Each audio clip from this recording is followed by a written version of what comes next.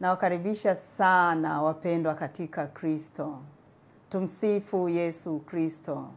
Jina langu naitwa Valeriana Simon. Na leo hii nawaletea namna ya kusali Rozari ya huruma ya Mungu. Kabla tujaendelea nitawaletea utangulizi kidogo. Bwana Yesu Kristo alikuwa anamtokea Sister Faustina, ambaye saizi ni mtakatifu Faustina, ambaye ni mwenyeji wa nchi ya Poland.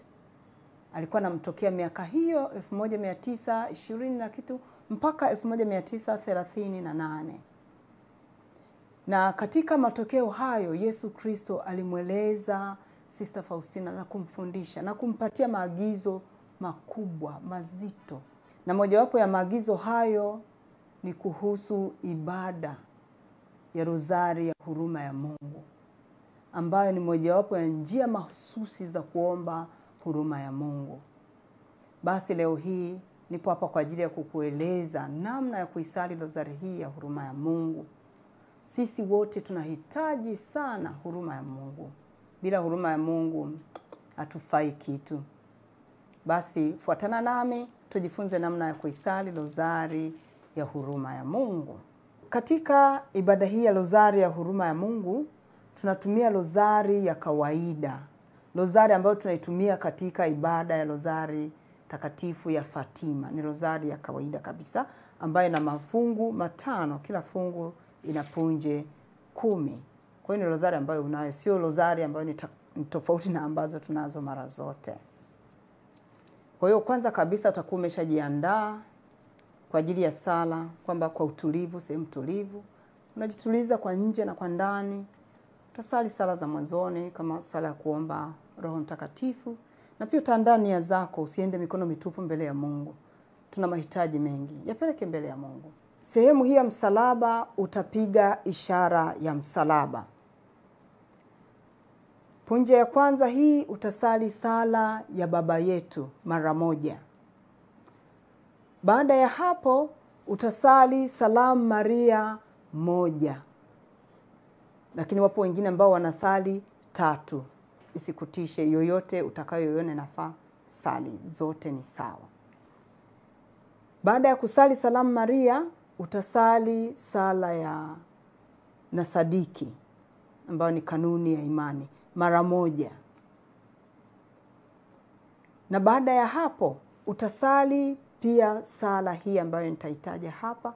Naomba nisikilize kwa makini, kwa sababu sala hii tutairudia tena sehemu zingine kadri tunavyoendelea. Utasali sala ifuatayo: Baba wa milele, na kutolea mwili na damu, roho na umungu wa mwanao mpendwa sana Bwana wetu Yesu Kristo, kwa kulipia dhambi zetu na dhambi za dunia nzima. Sala hii utaisali hapa mara moja. Kwa ukitoka Nasadiki unafuata sala hii ya Baba wa milele.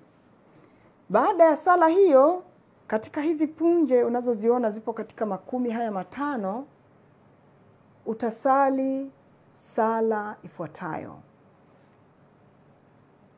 Kwa ajili ya mateso makali ya Bwana wetu Yesu Kristo, utuhurumie sisi na dunia nzima. Sala hii utaisali mara 10 hapa. Ukimaliza hapo, katika punje hii hapa utasali tena sala ya Baba wa milele na kutolea mwili na damu kama tulivyoisali hapo awali. Baada ya hapo utasali tena kwa ajili ya mateso makali ya Bwana wetu Yesu Kristo mara 10. Tunaenda sasa ni fungu la pili. Ukitoka hapo utakuja tena Baba wa milele mara 1.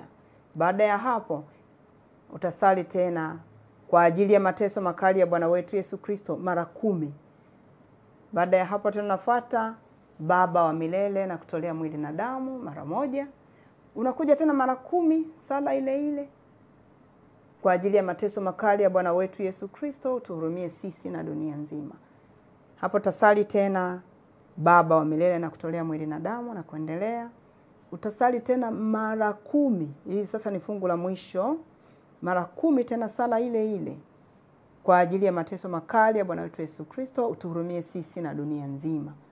Sasa hapa naomba uwe makini.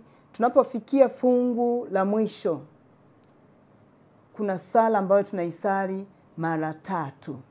Sala yenyewe ni hii: Mungu mtakatifu, mtakatifu mwenye enzi, mtakatifu uishie milele, utuhurumie sisi na dunia nzima.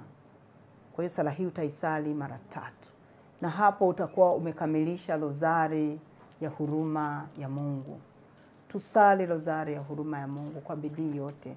Ni sala rahisi kusali, lakini ina nguvu kubwa ya ajabu sana. Kwa hiyo nakusihi sali na uwaambie na wengine, uhamasishe na wengine.